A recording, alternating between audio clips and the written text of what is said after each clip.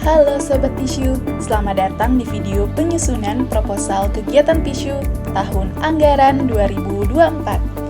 Video ini memuat 4 bahasan yang terdiri dari definisi, alur, urgensi, dan substansi dalam penyusunan proposal kegiatan Tisu. Pertama, definisi proposal kegiatan Tisu. Proposal kegiatan PISU adalah dokumen yang memuat rencana pembangunan infrastruktur pada kegiatan PISU yang disusun oleh KKAD untuk diajukan kepada PPK-PKP. Kedua, alur penyusunan proposal kegiatan PISU. Sebelum proposal disusun, terdapat beberapa tahapan yang perlu dilaksanakan terlebih dahulu. 1. Survei teknis. Survei teknis terdiri dari survei identifikasi kawasan dan survei rencana infrastruktur yang dilakukan oleh KKAD, fasilitator masyarakat, dan perwakilan masyarakat. 2. Sinkronisasi. Kegiatan ini dilakukan untuk menghindari tumpang tindih dengan kegiatan reguler yang dilakukan oleh KKAD dan Pokja PKP bersama instansi terkait. 3. Penyusunan proposal dilakukan oleh KKAD yang didampingi oleh fasilitator masyarakat. Setelah selesai, KKAD dan fasilitator masyarakat menyampaikan kepada TPK IBM Provinsi. Terakhir, review dokumen perencanaan dilakukan oleh TPK IBM Provinsi bersama TAPR dan asisten TAPR. Ketika seluruh dokumen perencanaan terdokumentasikan, maka PPK-PKP menyetujui isi dokumen perencanaan yang terdiri dari proposal kegiatan PISU, DED, RAB, RKS, dan Kurva S. Ketiga, urgensi penyusunan proposal kegiatan PISU.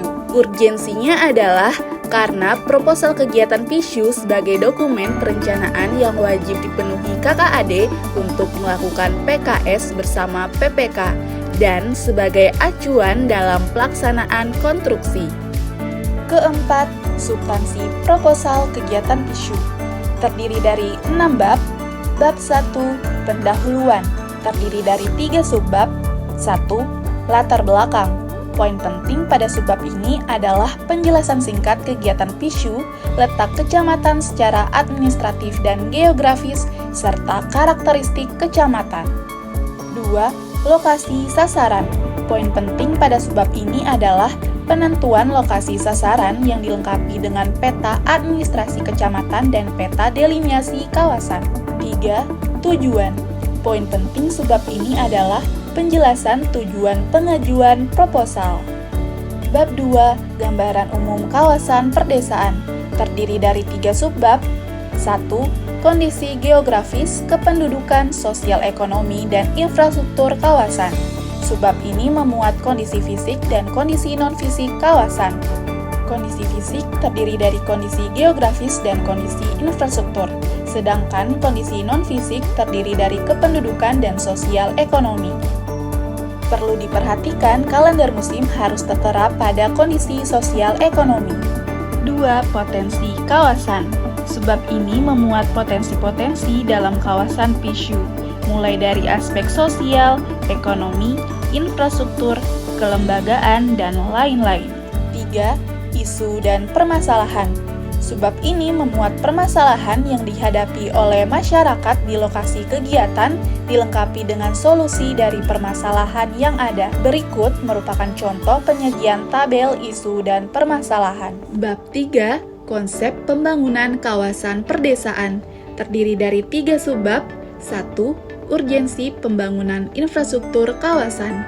Subbab ini memuat kebutuhan infrastruktur, alasan pemilihan infrastruktur, dan jenis infrastruktur untuk mendukung pembangunan sosial ekonomi wilayah. 2. Potensi pembiayaan dalam pembangunan infrastruktur. Subbab ini memuat uraian program anggaran termasuk swadaya masyarakat. 3. Manfaat pembangunan untuk kawasan perdesaan. Subbab ini memuat manfaat secara langsung dalam proses pelaksanaan konstruksi, serta manfaat dalam jangka menengah hingga jangka panjang. Bab 4. Kesiapan lahan atau perizinan lainnya. Bab ini memuat luas lahan yang dibutuhkan, status lahan, rencana penyediaan lahan, dan atau pemenuhan perizinan lainnya. Bab 5. detail engineering design, rencana anggaran biaya, rencana kerja, dan syarat. RAB dan DED dalam bab ini dijelaskan secara singkat, di mana RAB dapat memuat uraian panjang, lebar, tinggi penggunaan konstruksi, dan list penggunaan RAB. Kemudian DED dapat memuat gambar site plan infrastruktur PISU. Isi lengkap dari dua dokumen tersebut dilampirkan pada bagian lampiran proposal. Sedangkan RKS memuat 1. Metode pelaksanaan kegiatan, 2. Spesifikasi teknis, 3. Spesifikasi bahan atau material, 4. Sumber daya yang dibutuhkan, 5. Jenis kegiatan atau aktivitas yang bisa dilakukan, 6. Kegiatan pengawasan yang diperlukan, dan 7. Rencana jadwal kegiatan. Bab 6. Penutup. Bab ini berisi kalimat penutup atau kesimpulan terhadap keseluruhan kegiatan yang telah dilakukan. Terakhir, lampiran proposal. Terdiri dari 5 lampiran dan 2 dokumen pendukung, serta lampiran dokumen rencana anggaran biaya atau RAB, dan lampiran dokumen detail engineering design atau DED. Seluruh format-format telah terlampir pada dokumen petunjuk teknis PISU. Sekian untuk video penyusunan proposal kegiatan PISU. Kami ucapkan terima kasih dan selamat bekerja.